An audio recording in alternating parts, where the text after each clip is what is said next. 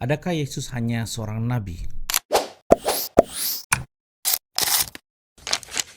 Ramai orang menghormati Yesus sebagai seorang nabi yang besar.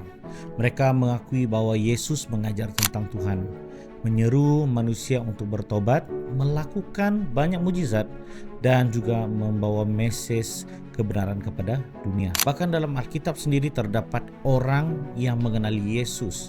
Ya, dia mengenali Yesus sebagai seorang nabi. Kalau kita lihat dalam Matius 21 ayat 11, Lukas 24 ayat 19, namun persoalan yang lebih penting di sini ialah adakah Yesus seorang nabi? Jika kita hari ini kita membaca Alkitab secara keseluruhan, kita akan mendapati bahwa Yesus memang mempunyai pelayanan kenabian. Tetapi identitinya jauh lebih besar daripada seorang nabi yang biasa. Jadi Alkitab memperkenalkan Yesus bukan hanya sekadar sebagai utusan Tuhan, tetapi sebagai Tuhan yang datang ke dunia untuk menyelamatkan manusia daripada dosa. So, dalam perjanjian lama, para nabi adalah hamba Tuhan yang dipanggil untuk menyampaikan firman-Nya kepada umat. Mereka bercakap bagi pihak Tuhan. Sebab itu mereka sering berkata, beginilah firman Tuhan. Mereka tidak pernah meletakkan diri mereka sebagai sumber otoriti yang paling besar. Mereka hanya menyampaikan mesej daripada Tuhan. Namun apabila kita melihat kehidupan dan pelayanan Yesus pada waktu itu, kita menemukan sesuatu yang sangat berbeza di sini. Dalam Matius 5, Yesus berulang kali dia berkata, kamu telah mendengar firman yang disampaikan kepada nenek moyang kita. Tetapi aku berkata kepadamu, Yesus tidak berkata Tuhan berfirman kepadamu, tetapi aku berkata kepadamu. Nah, ini menunjukkan bahwa dia berbicara dengan otoriti yang tidak dimiliki oleh nabi-nabi yang lain. Dia bukan sekadar menyampaikan firman Tuhan, tetapi dia berbicara sebagai pribadi yang mempunyai ilahi di sini.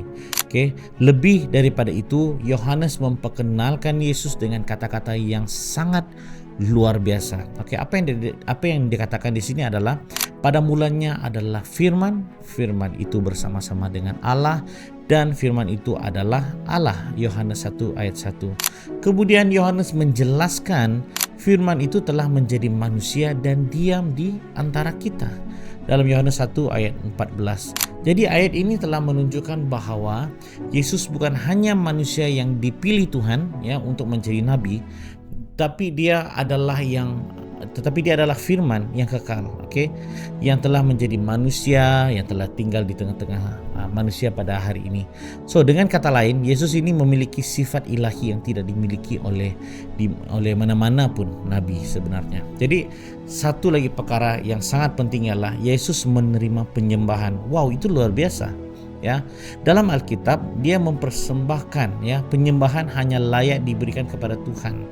Nah, ketika manusia cuba untuk menyembah Petrus ataupun malaikat, mereka segera menolak daripada penghormatan tersebut. Kalau kita perhatikan dalam Kisah Para Rasul 10 ayat 25 hingga 26, Wahyu 22 ayat 8 hingga 9. Namun Yesus menerima penyembahan daripada orang ramai tanpa dia menegur mereka. Selepas Yesus berjalan di atas air dan menenangkan ribut, murid-murid datang kepadanya lalu menyembahnya sambil berkata, sesungguhnya engkau anak Allah.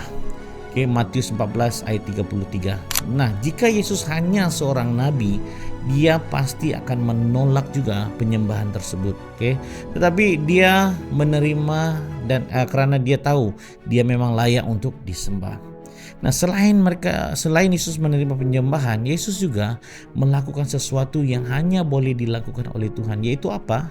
Pengampunan dosa. Ketika seorang lumpuh dibawa kepadanya, Yesus berkata di sini, hai anakku, dosamu sudah diampunkan. Dalam Markus 2 ayat 5. Nah, mendengar perkataan itu ataupun perkara ini, ahli-ahli Taurat terkejut dan berkata, siapakah yang dapat mengampuni dosa selain daripada Allah sendiri? Itu dalam Markus 2 ayat 7. Jadi mereka memahami bahwa dosa pada akhirnya adalah pelanggaran terhadap Tuhan, dan hanya Tuhan yang mempunyai hak untuk mengampuni dosa. Nah, menariknya di sini saudara adalah Yesus tidak membetulkan mereka. Sebaliknya apa yang dilakukan? Dia membuktikan bahwa dia mempunyai kuasa, ya, dan dia menunjukkan bahwa Yesus mempunyai otoriti yang jauh melampaui seorang nabi. Nah, dalam Yohanes 8 ayat 58, Yesus membuat satu pengakuan yang sangat berani di sini. Apa kata Yesus? Sebelum Abraham jadi, aku ada.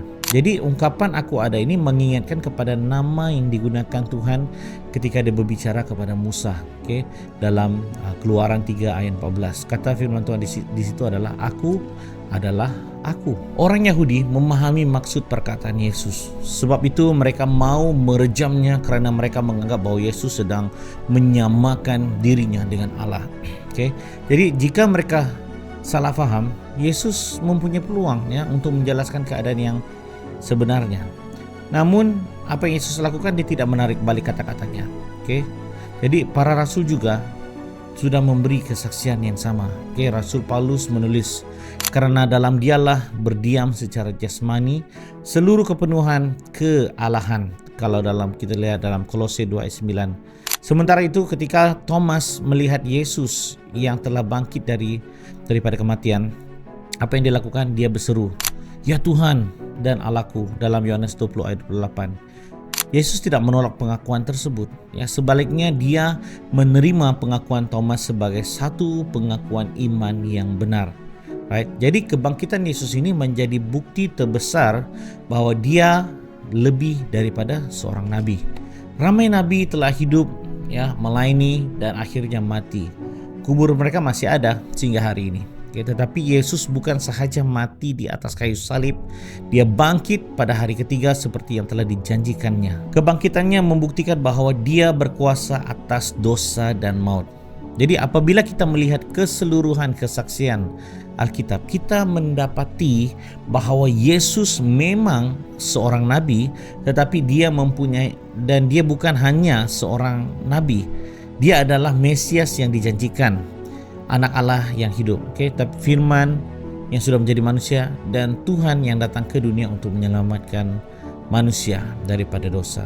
Nah, sebab itu orang Kristen tidak sekadar menghormati Yesus sebagai seorang guru ataupun nabi yang agung. So orang Kristen di sini dia menyembah Yesus karena Alkitab menyatakan bahwa dia adalah Tuhan dan juru selamat. Seperti kalau kita lihat dalam pengakuan Petrus, apa yang Petrus katakan adalah, engkau ialah Mesias, anak Allah yang hidup. Matius 16 ayat 16. Maka menurut Alkitab, Yesus bukan hanya seorang nabi, dia adalah Tuhan yang mengasihi manusia, yang datang ke dunia, mati bagi kita, bangkit daripada kematian, dan menawarkan hidup yang kekal kepada setiap orang yang percaya kepadanya. So, saudara-saudari yang saya kasih, jika Anda suka dengan video ini ataupun fakta Alkitab ini, jangan lupa share, like, komen, dan subscribe channel ini. Dan selain itu, jika Anda ada apa-apa persoalan, sila komen di bawah sini. Jumpa Anda di next video. Bye.